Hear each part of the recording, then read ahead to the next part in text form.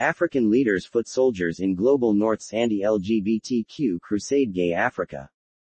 Photo by Leo Chimenem. Far-right politicians are co-opting human rights terminology and multilateral mechanisms such as the UN to advance their anti-rights agenda. Jedidah Maina. December 7, 2023. Last month, in advance of the 75th anniversary of the Universal Declaration of Human Rights (UDHR), anti-LGBTQ activists from around the world gathered at the UNI headquarters for a Transatlantic Summit in the guise of celebrating human rights. A quick review of the agenda and the speakers' talking points will inform you that this event achieved the exact opposite of celebrating human rights.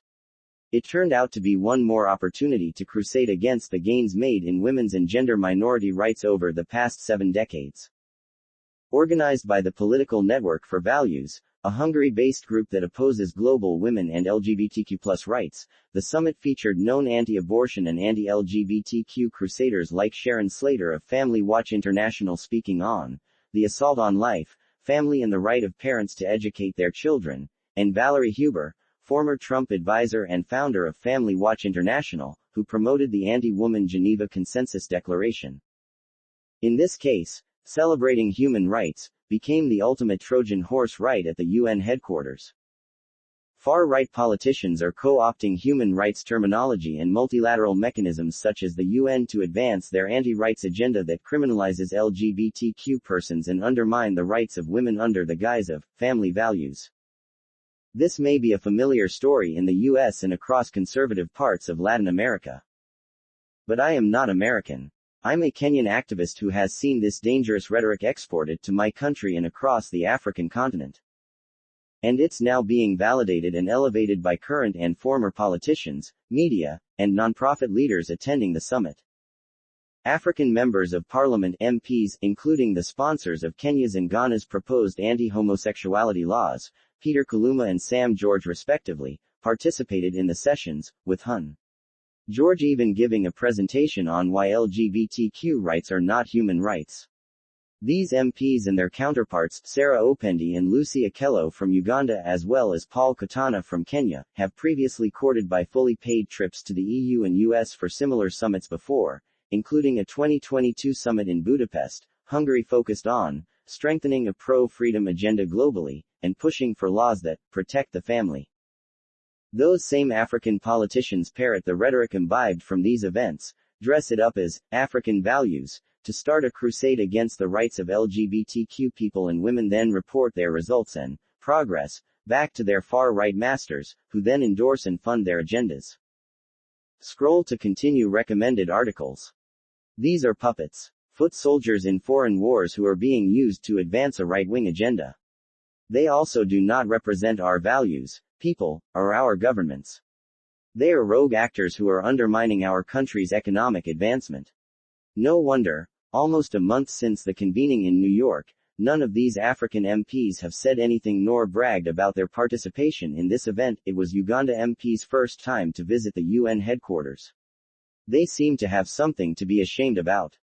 In June, Kenya's President William Ruto signed one of the most ambitious trade deals between the European Union and any African country, unlocking immediate duty-free quota-free access for all Kenya's exports to the EU. However, Kenya's legislators are flying our flag in a forum bent on disparaging and undoing critical trade treaties, including with the EU, such as the Economic Partnership Agreements (EPAs) between the European Union (EU) and the African, Caribbean and Pacific (ACP) group of countries. Colonialism has not gone away. It's only taken on new forms with devastating effects on the lives of citizens in these countries, and we must call out these politicians for undermining their country's values. For instance, while same-sex acts were first criminalized by the colonial administration and codified into the penal code, the Ugandan government has now passed one of the harshest anti-LGBTQ laws in the world, causing widespread discrimination and criminalization of LGBTQ persons, including the death penalty for aggravated homosexuality. Anti-gender campaigners are aggressively recruiting African signatories for the deceptively named Geneva Consensus Declaration, drafted and aggressively sponsored by Valerie Huber, and falsely fronted as a charter for protecting women's rights in a scramble for power in the global south. Elevating these actors in high-profile fora in the United States and at the United Nations is a dangerous precedent that undermines the progress we have made these past 75 years. The Universal Declaration says, "Everyone is entitled to all the rights and freedoms set forth in this declaration, without distinction of any kind, such as race, color, sex, language, religion, political or other opinion, national or social origin, property, birth or other status." To truly honor the 75th anniversary of the UDHR, December 10, human rights activists like me will celebrate the hard-fought wins while reminding ourselves of the hard work ahead as well as the opposition. We will continue to advocate for the right of women as well as sexual and gender minorities to access and make safe and informed choices about their sexual and reproductive health. We urge policymakers, advocates, activists, and members of the media from across the world to remain vigilant of and resist this subtle exportation of homophobia and anti-gender agenda that has put the lives of our friends and family members in danger. The opinions expressed here are solely the authors and do not reflect the opinions or beliefs of the LA Progressive.